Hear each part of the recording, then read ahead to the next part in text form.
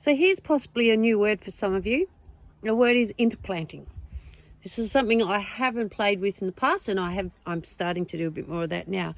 It's simply put, making the most use out of every bit of space in your vegetable bed to get the maximum abundance possible. So these are broccolis. Broccolis are heavy feeders. They take quite a long time to get to maturity, but look at all the space in between them. I could be using a quick crop, growing a quick crop in between those, that by the time the broccolis are bigger, that crop is, I'm ready to harvest it, or it's harvested. In this situation, lettuce. So what I'm going to do is plant lettuce throughout this broccoli bed, and the lettuce will be gone within 5 weeks, and by then the broccolis are getting bigger, and the shade is not going to be a problem for the lettuce. And what that is actually going to do is help prevent a bit of weed growth, because it'll stop a bit more light getting on the ground, so it's going to help prevent weed growth. In summer, it helps to prevent moisture loss. It's creating like a ground cover. That's not an issue at the moment. As you can see, it's just, everything is just saturated. The other things you can do is under your corn, you can grow, once your corn gets a little bit bigger, you can grow pole beans, so your beans, your climbing beans, and you can put squash at the base. That's called the Three Sisters. That's a very good combination. Loads of different combinations. Your radishes grow really quickly. So around this red cabbage, I've actually got radishes quite close to it. They'll be ready in 2 weeks' time. By the time this cabbage gets a lot bigger, not that they're too close anyway, it's not going to be an issue because the radishes are going to come out. The important thing is when I harvest these tomatoes, lettuces, I'm not going to pull them out by the roots. I'll snip them off. I'll just do pick and grow, just take off leaves as I need them. But when I think they're done, I'll just chop them at the base. You don't want to be pulling their roots up and disturbing the roots of the other plant that they're nearby. So I'm going to go ahead and plant as much as I can throughout this whole bed just here. And as I come up with other ideas, I've been doing quite a bit of reading on it, I'll put some more notes down on other ideas that you can interplant with. Very similar to companion planting, but in this case it's interplanting. So what I suggest, if you've got gaps, that's all radishes, that's where a tomato was, very heavy feeder, so I've just put little quick growing radishes in there, light feeders.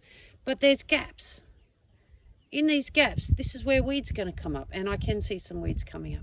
So what I'd be suggesting to you, if you've got these gaps as well, go down to Bunnings quickly and buy a punnet of lettuces and fill the gaps with lettuce. Buy a punnet of radishes or English spinach and fill all these gaps here. So there are broccolis in there. Actually, the one in the front's cauliflower. Going to take forever to grow. So why shouldn't I put in some lettuces, some spinach in around there, so that I'm having abundance. I'm making the most out of every little spot in my garden, and they'll pretty much be finished at the same time, ready to plant a complete new crop. So give it a go. Have a look where your gaps are in your garden. I've got lots of gaps in between these collies and broccolis in here, and look at all that grass that's coming through. Bloody hell.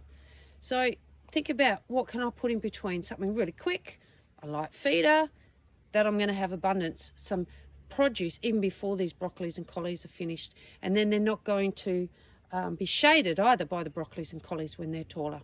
In summer, when you're planting out like this, what you need to consider is your reticulation. If you're going to put your tall stuff in the front and your smaller stuff at the back, that stuff's not going to get the retic, depending on what sort of system you got set up. I've certainly got my system so all the sprays are at the front of the bed, so I in summer have to make sure the smaller stuff is at the front and the taller stuff is at the back. So I'll have to consider that when I interplant. But anyway, have a go find your gaps and go fill them. In addition to the lettuce, which I'm interplanting between the broccoli, I'm also going to put in this beetroot that I sowed myself, and this spinach as well. Spinach, really quick, won't take long for it to grow, and beetroot actually grows quite quickly too. But if I find the broccoli is getting too big, and I can pull the beetroot up at any time and use it, so it's not really going to be too much of an issue. Something else to consider when you are planning out your bed and interplanting, my bed here is quite wide. Certainly the far end is too wide for me to reach from here. So what I've done is I've put the beetroots in between the broccolis along the back, because they're going to be a pick once, pull up, and that's it. Whereas I want easier access to things like the lettuce, and I've also put in the spinaches sort of in the first half. Another spinach there. So pretty much this bed is chock-a-block full. But all the pick and grow stuff, like the spinach where you just pick what you want, take off a couple, it'll just keep growing back. And the lettuce, you need to have that so that you can actually reach it without stepping on your garden. You don't want to be stepping on your garden and compacting your soil. So avoid that. So when you are planting out your seedlings, think about, okay, what do I need to be able to reach easily? Is that a pick and grow thing, or that needs to come up to the front? Is that something that's going to take longer to grow, or maybe that goes to the back, or something it's just a pick once and it's done? Put it in the spot where you might only have to step on the garden once.